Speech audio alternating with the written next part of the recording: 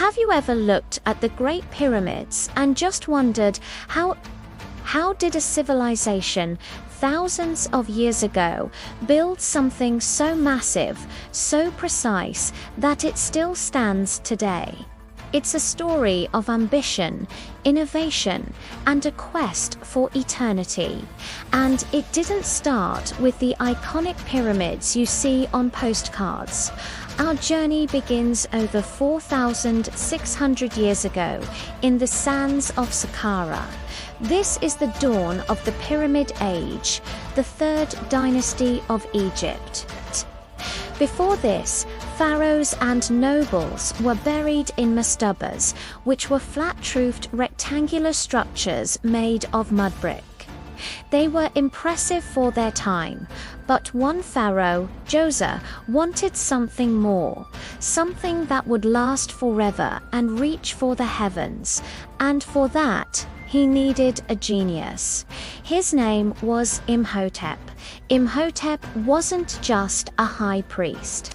He was a brilliant architect and physician, often considered one of the first true polymaths in history. But instead of the usual mud brick mastaba, Imhotep decided to use a more permanent material, stone.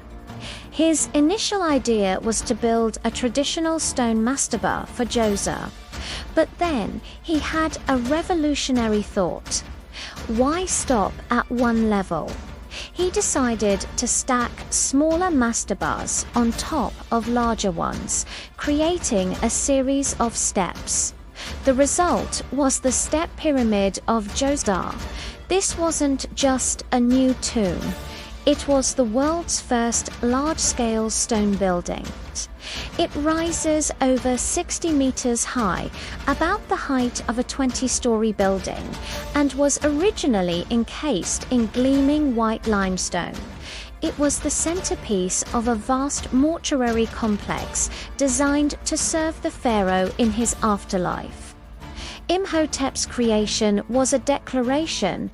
It said that the pharaoh was not just a king, but a god on earth, destined to ascend to the stars.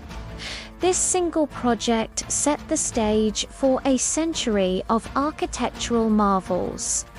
The age of the pyramids had begun.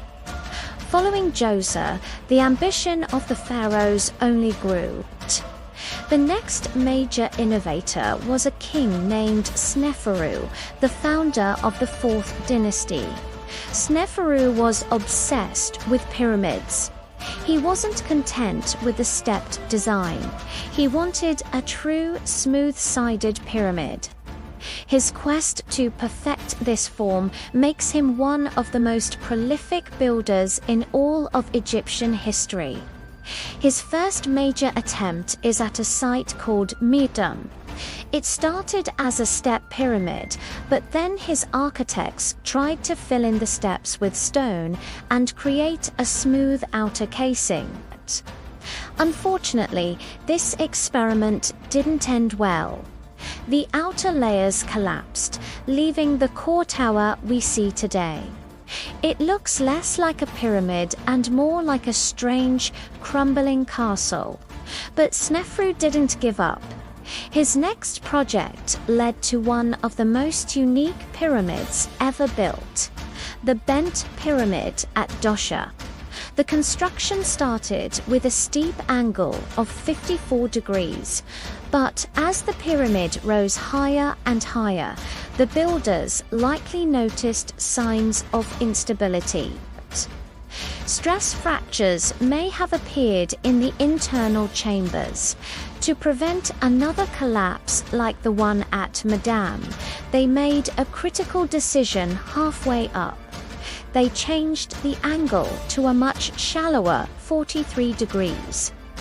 This change gives the pyramid its distinct bent appearance.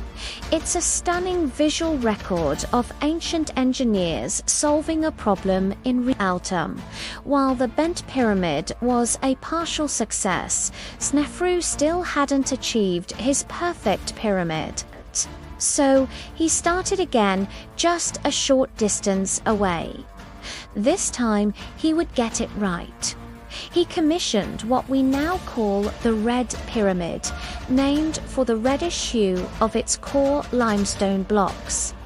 The builders learned from their past mistakes. They started with the gentler 43-degree angle from the very beginning. The result was a stable, beautiful, and truly smooth-sided pyramid. It was the world's first successful true pyramid, standing over 104 meters tall. Sneferu finally had his masterpiece, a perfect gateway to the afterlife. His persistence paid off, and in doing so, he paved the way for the grandest pyramid of them all. After Sneferu's relentless pursuit of perfection, the stage was set for the ultimate expression of pyramid building. His son, Khufu, would take the lessons learned from his father's projects and apply them on a scale that is almost impossible to comprehend. He chose a new site, a rocky plateau that would become world-famous Giza. Here, Khufu would build his horizon of Khufu, what we know today as the Great Pyramid of Giza. This isn't just a building. It's a man-made mountain, originally standing at 147 meters. It was the tallest man-made structure in the world for over 3,800 years. The statistics are staggering. It's constructed from an estimated 2.3 million stone blocks, some of which were quarried hundreds of miles away and weigh as much as 80 tons. The average block weighs about 2.5 tons, the same as a car. And these weren't just thrown together. The precision is mind-boggling. The base is almost a perfect square, with the sides aligned to the 4 cardinal directions with incredible accuracy. The gaps between the casing stones, most of which are now gone, were so fine you could barely fit a piece of paper between them. Inside, a complex system of passages and chambers was designed to protect the pharaoh's burial. The king's chamber, built entirely of red granite, houses a massive sarcophagus. Getting those giant granite beams into place so high up in the pyramid was an incredible feat of engineering. So, how did they do it? The truth is, we don't know for sure. There are many theories, from a single long ramp to a spiral ramp winding around the pyramid, or even internal ramps. Whatever the method, it required brilliant organization, an enormous workforce, and a deep understanding of physics and logistics. The Great Pyramid isn't just a tomb, it's a testament to human potential. It represents the absolute peak of Egypt's old kingdom, a symbol of power and faith that has captivated us for millennia. So why go to all this trouble? What was the ultimate purpose of these colossal structures? The pyramids were much more than just graves. They were resurrection machines designed to ensure the pharaoh's successful journey into the afterlife. The Egyptians believed the pharaoh's soul, or Ka, would ascend from the pyramid to join the gods among the stars. This belief is reflected in the pyramid's very design. The alignment of the Giza pyramids has been a source of endless fascination. The 3 main pyramids seem to mirror the 3 stars of Orion's belt.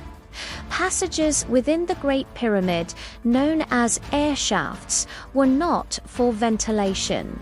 They point directly towards specific constellations, like Orion and Thuban, which was the North Star at the time. These were celestial highways, pathways for the pharaoh's spirit to travel to the heavens. The construction of these monuments remains one of history's greatest mysteries. We're talking about a period over 4,500 years ago, without modern machinery, without iron tools. They used copper chisels, dolerite pounders, and sheer human ingenuity. The workforce wasn't made up of slaves, as is often depicted in movies. They were skilled laborers, farmers who worked on the pyramids during the Nile's annual flood when their fields were underwater. They were well-fed, housed, and respected for their sacred work. The legacy of these pharaohs and their architects, like Imhotep and the builders of Giza, is written in stone across the Egyptian landscape. They pushed the boundaries of what was possible, creating structures that would not only touch the sky, but also endure through the ages. Even today, as we study them with our advanced technology, the pyramids hold on to their secrets, reminding us of a time when kings built stairways to the stars. They are a timeless symbol of human ambition, a connection to our distant past, and a mystery that continues to inspire awe and wonder. Thanks for watching. If you enjoyed this journey back in time, don't forget to like, subscribe, and hit that notification bell so you don't miss our next adventure into history. See you next time. Follow for the next part.